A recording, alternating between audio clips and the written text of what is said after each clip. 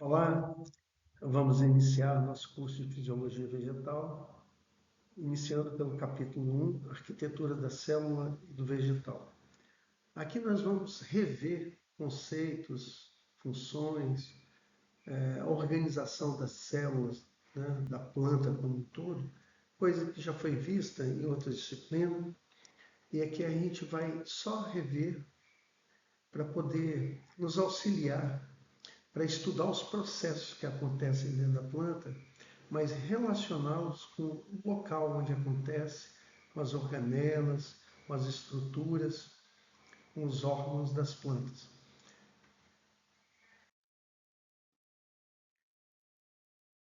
Por que nós estudamos essa arquitetura? A arquitetura dela.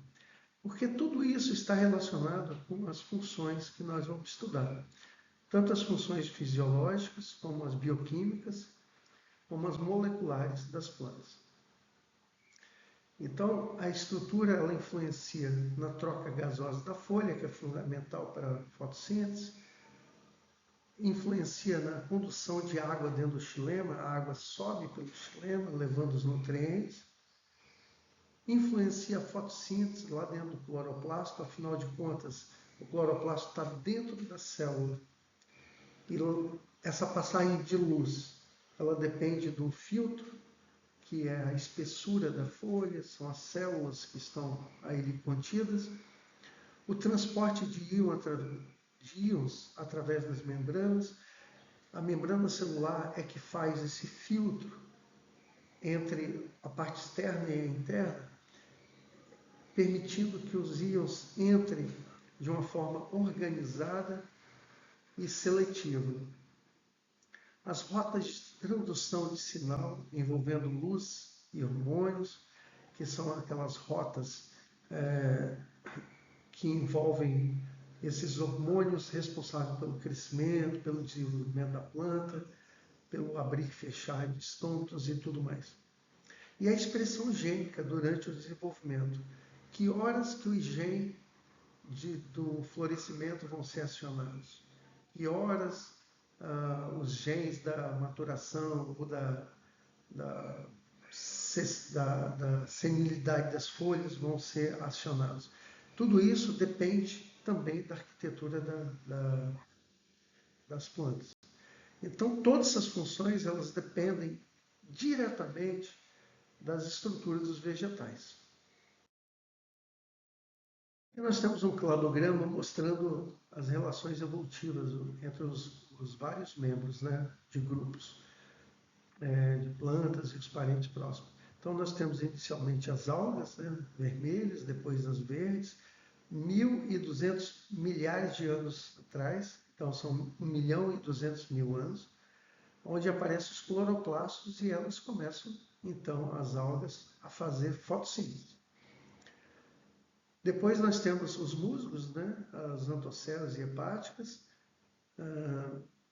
que são adaptadas à vida terrestre, 450.000 anos atrás. Depois pteridófitas e grupos afins, que já contém transporte vascular de água e fotossintados. Depois as gimnospermas, que são as primeiras plantas a apresentarem sementes. E finalmente nós temos as angiospermas, que são as plantas que têm flores. E aí nós temos magnólia e grupos afins, 183.000 anos atrás, onde aparecem as primeiras flores. E aí nós temos a evolução, como a evolução as monocotiledôneas, 169.000 anos atrás, e finalmente as eudicotiledôneas. Então aqui nós temos monocotiledôneas. Hoje a gente tem alguns exemplos, como por exemplo as gramíneas, né? O milho, por exemplo, e a eudicotiledôneas, cotiledôneas, como por exemplo soja e feijão.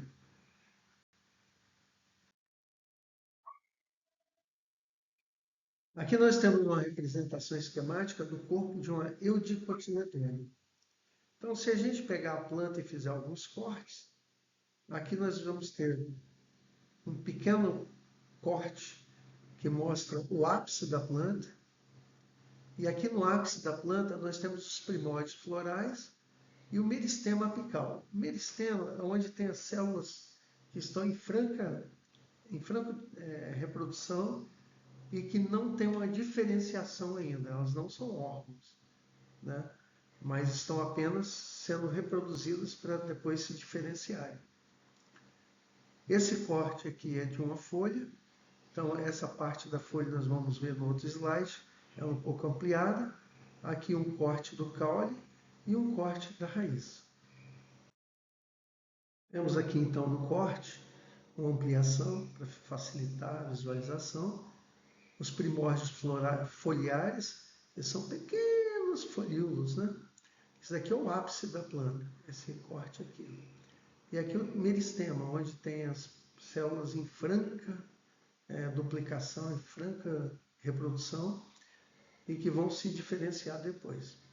Neste corte da folha, então, nós temos aqui o feixe, né, o sistema vascular, sempre com o xilema e o floema um pouquinho mais externo. O floema está sempre em volta do xilema. O xilema no centro e o floema em volta. Depois nós temos um parênquima da bainha do feixe, que envolve os feixes. Aqui um parênquima palissádico, que são células fundamentais, né, tecido fundamental, e células fundamentais, que são essas células que revestem a folha. Por último, a cutícula, que protege essas células da superfície. A cutícula tem aquele papel de proteção mesmo contra a perda de água, contra ataque de insetos, né, de doenças. Nós temos também no mesófilo as células do parênquima esponjoso, que é um tecido fundamental também, onde as células são um pouco mais desarranjadas, mais arredondadas, que diferencia um pouquinho do palissádico, que são células mais organizadas, mais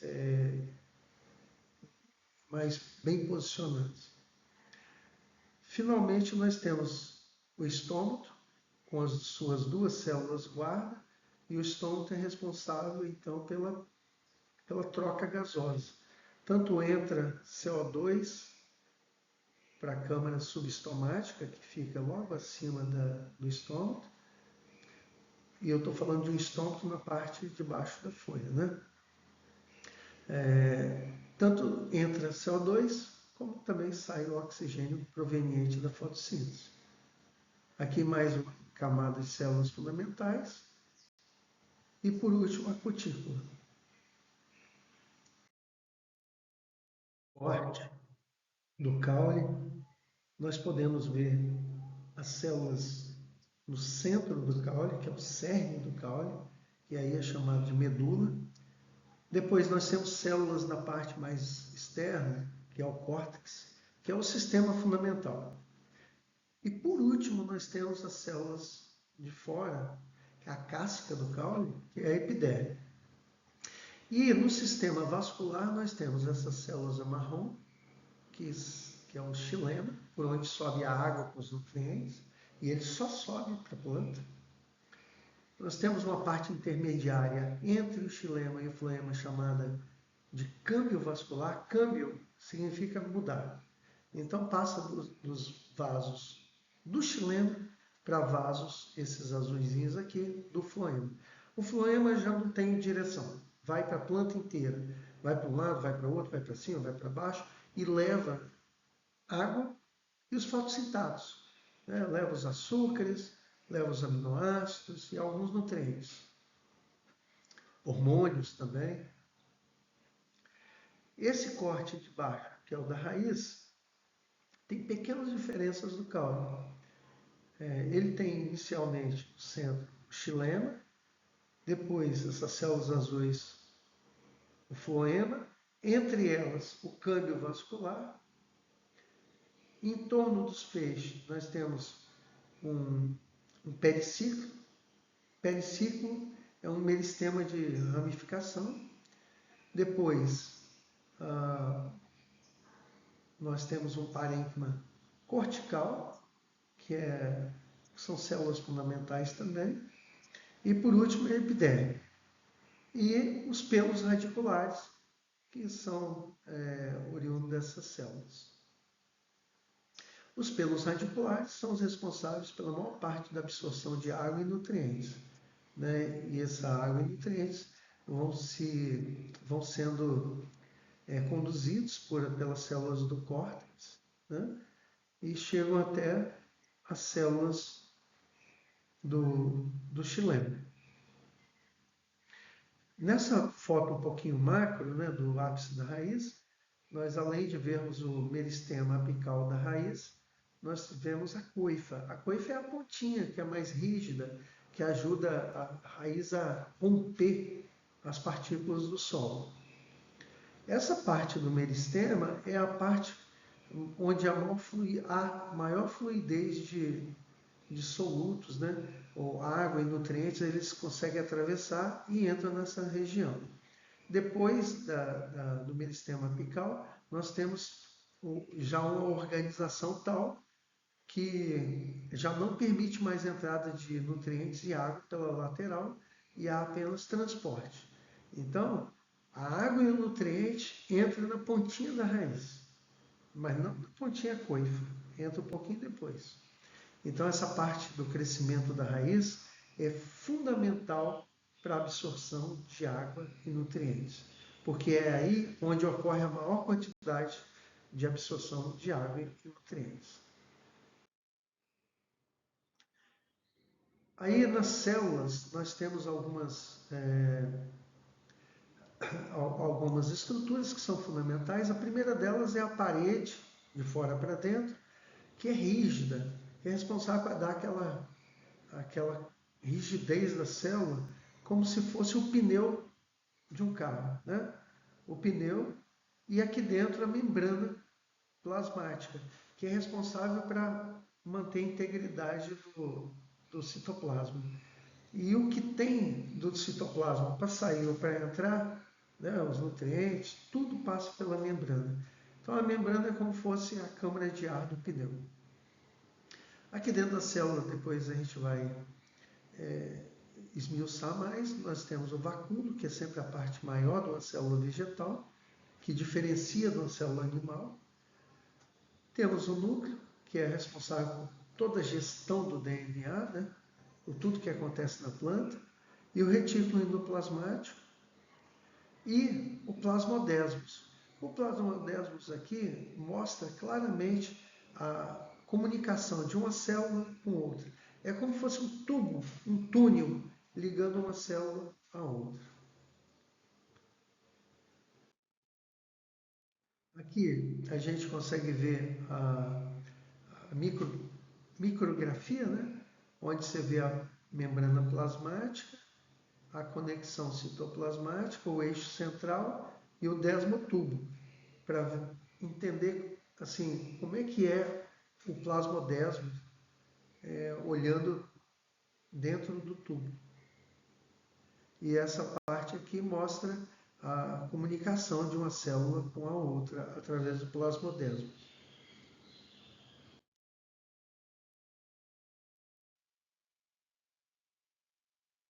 Aqui nós temos uma representação, né, um diagrama esquemático mostrando um desmotubo, tanto lateralmente como olhando a parte da cavidade central. Então ele nada mais é do que um túbulo, né, que faz uma conexão do citoplasma de uma célula com a outra. Tem algumas partes importantes aqui, mas o principal é que ele tem uma membrana que revestida com uma proteína, né? Essa proteína que forma o tubo, passando de uma célula para outra. E aqui a parte, olhando um corte dele, e aí a gente vê o desmotubo aqui e o eixo central, que é por onde passa todos os nutrientes, a água, né? Ele faz esse transporte de célula a célula. Esse corte aqui mostra então a lateral de uma raiz. Nós cortamos Fizemos um corte e estamos olhando de lado. Então aqui nós temos os pelos radiculares, onde tem a entrada de nutrientes, né? Aqui um fosfato, cálcio, nitrato. E aí nós temos as rotas dessa entrada. Quando ela acontece por dentro da célula e passa de célula a célula, pelos desmos ou plasmodesmos, é uma rota simplástica, por dentro das células, simplástica. Quando chega aqui, ela obrigatoriamente passa por dentro da célula até chegar no xilema. A outra rota possível é a apoplástica. Apoplástico quer dizer que é por fora da célula. Então ela vai passando por fora da célula, vai passando, e chega um momento que ela é obrigada a entrar na célula, que é essa última célula aqui, né? Por que para passar para dentro do periciclo, ela é obrigada a passar pela endoderme por uma célula? Porque nós temos uma coisa chamada faixa caspariana, ou faixa de Caspari, ou banda de Caspari, que faz a cimentação entre as células. Ela faz como uma vedação para não deixar nada passar pela rota apoplástica por fora da célula para dentro do periciclo, que é a parte mais interna da raiz. Então é obrigado a passar por dentro de uma célula. Essa faixa de Caspari é para que haja uma organização em tudo que vai entrar para dentro da raiz. Aqui no córtex, a água passa tranquilamente, os nutrientes. Mas aqui, nessa célula da endoderme, ela é obrigada a passar por dentro de uma célula para ter o crivo da membrana plasmática. E aí a membrana vai dizer o que pode entrar e o que não pode. Para organizar isso aí, senão viraria uma bagunça. Aqui nós temos o xilema e aqui nós temos o floema, que são essas células mais verdinhas, um verde mais claro.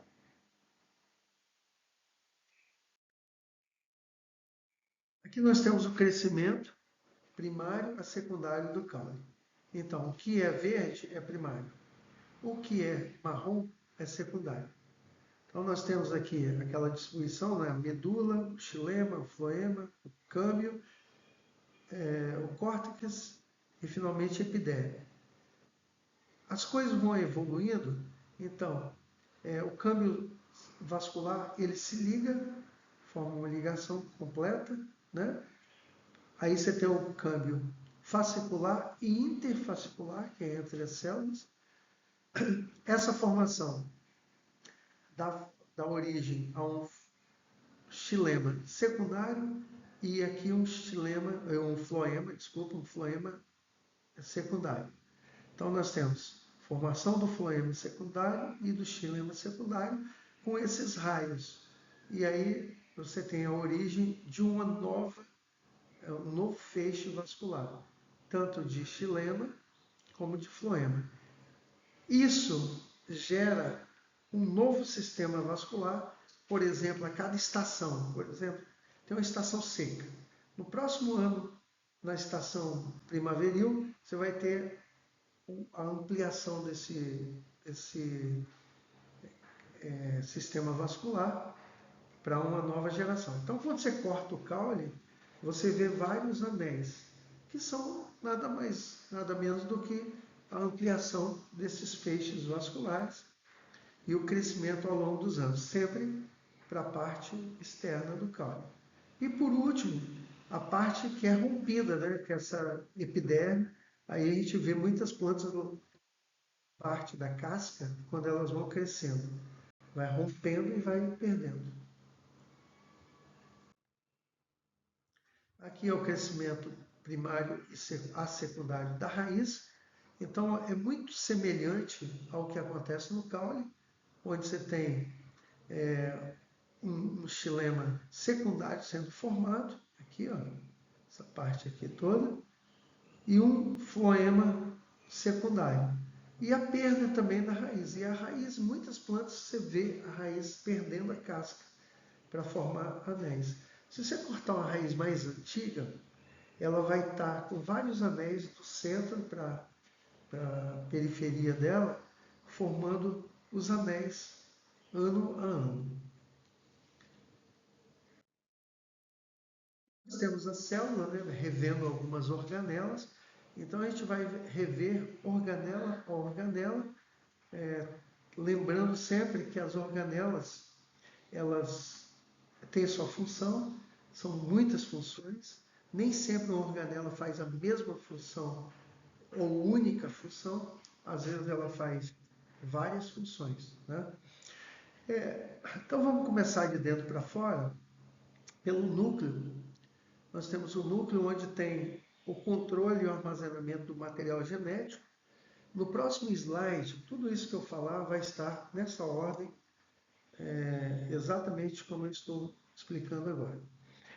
Aqui dentro do núcleo, nós temos a cromatina, que é o material genético mesmo, né? E o núcleo. Então, e o nucleolo. O núcleo é o responsável para comandar a célula. É onde vai ter a geração de todo o DNA para poder fazer a transcrição genética e daí gerarem as proteínas. Depois nós temos a membrana plasmática, que é aquela que atua com a barreira seletiva, né? Ela protege o interior da célula, mantém a integridade da célula, aquela bolha de citoplasma, e na membrana celular é que há o controle de entrada e saída dos nutrientes. Então, os transportadores iônicos, depois a gente vai estudar, eles estão aí imersos dentro da membrana plasmática, lembrando da teoria do mosaico fluido, que mostra que a membrana é fluida, é uma camada fosfolipídica, é uma bicamada fosfolipídica, mas ela é fluida, onde os transportadores estão dissolvidos dentro dessa membrana plasmática. Depois, finalmente, por fora, nós temos a parede celular. A parede celular, ela é uma proteção, né? Ela é rígida, ela é geralmente hemicelulose ou celulose, ela vai endurecendo e é ela que mantém a célula intacta. Porque se a célula enturgecer muito, encher de água, se tivesse só membrana, ela estouraria. Para não estourar, para não ocorrer uma citólise, aí ela mantém a integridade. Depois nós temos uma organela aqui chamada de mitocôndria, que é onde é produzida a energia da célula, onde ocorre o ciclo de Krebs, né, a quebra da glicose para produzir ATP.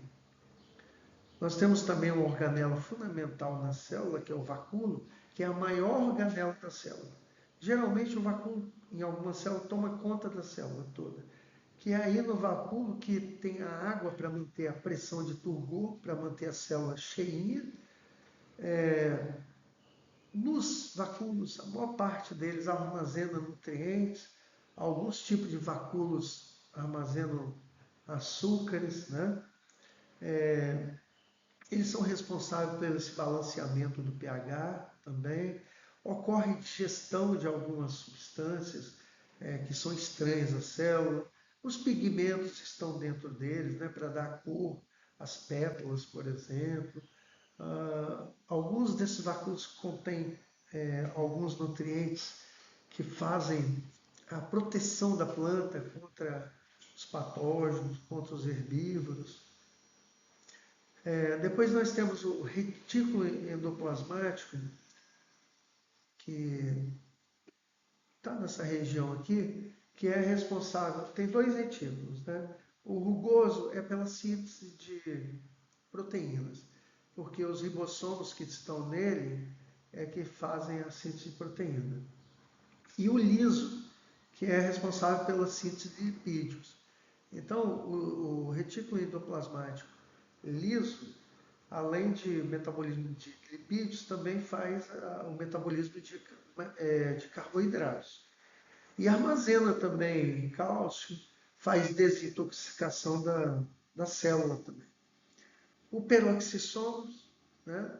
O peroxissomos são organelas que são responsáveis para desintoxicar as plantas, para degradar a água oxigenada, e a gente vai estudar isso mais à frente, quando ocorre a fotorrespiração nas plantas. Tem geração de água oxigenada que é altamente tóxica e precisa ser degradada no período de sono. Os plasmodesmos, né, que são responsáveis para transmitir material de uma célula para outra. Então aqui é um tubinho mostrando aquela passagemzinha de uma célula para outra. O complexo de Golgi é outra organela que também é muito importante para as plantas, que é tipo uma fábrica, né? Que faz o empacotamento das proteínas, dos lipídios, faz a síntese de polissacarídeos para a rede. O complexo de Golgi.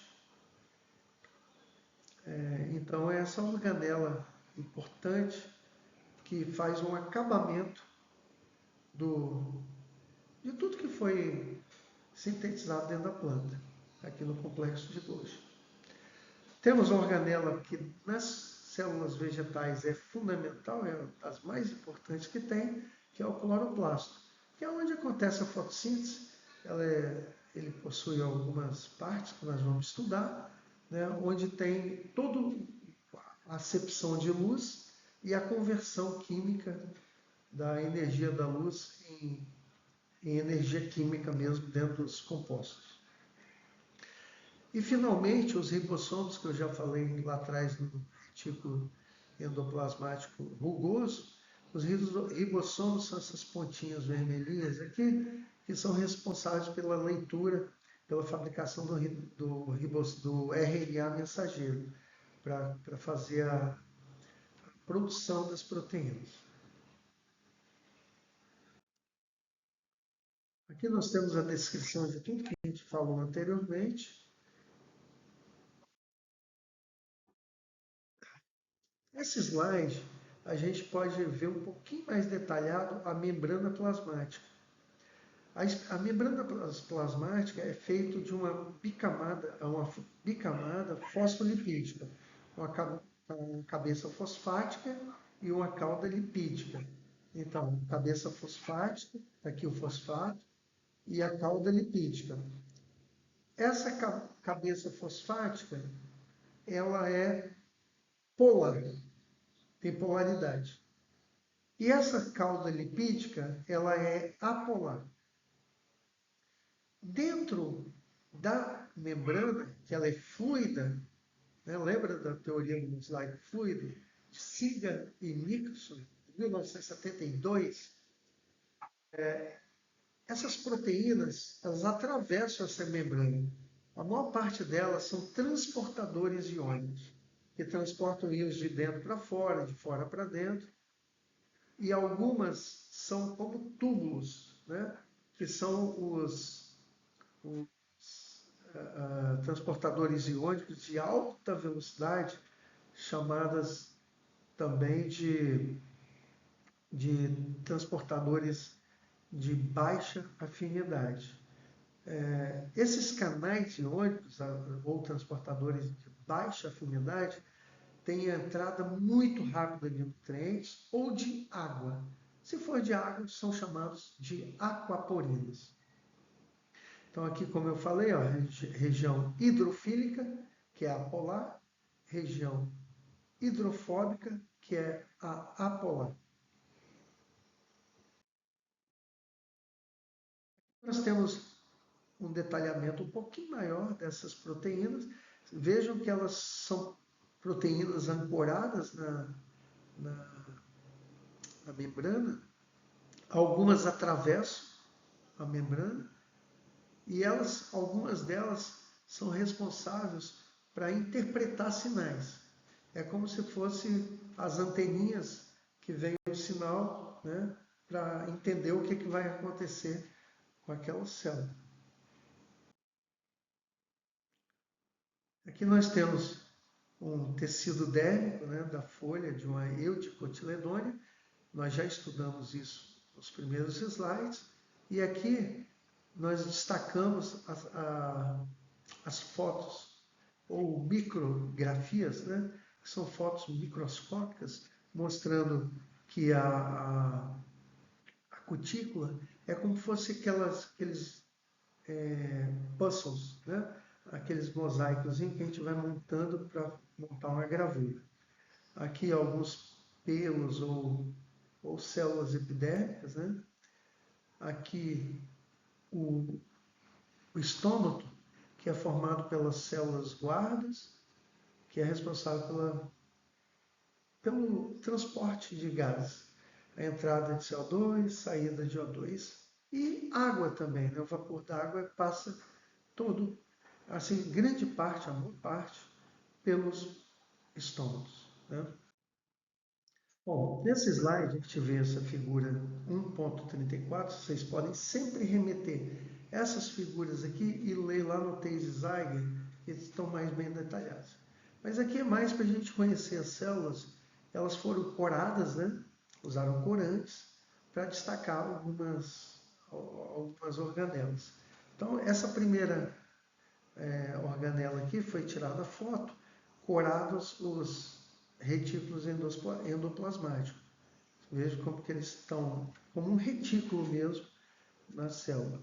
Depois, na letra B aqui, os peroxissomos, que são pequenos organelas para fazer a desintoxicação da planta.